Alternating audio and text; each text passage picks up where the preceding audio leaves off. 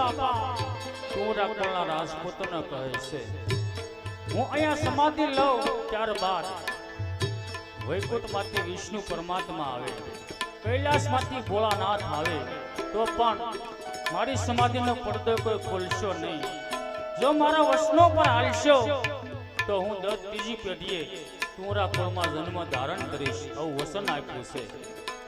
અને રામદેવજી બાપા ત્યારે સૌ કોરાકોળના રાજપૂતોને શું કહેવા લાગ્યા?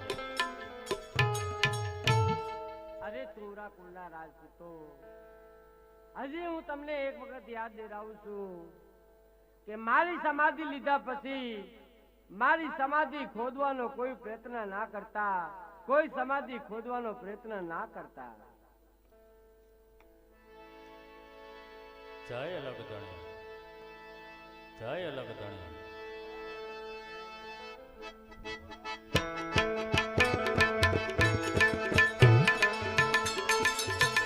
આવી રીતે રામદેવજી બાપાએ સમાધિના ખાડામાં પ્રવેશ કર્યો છે.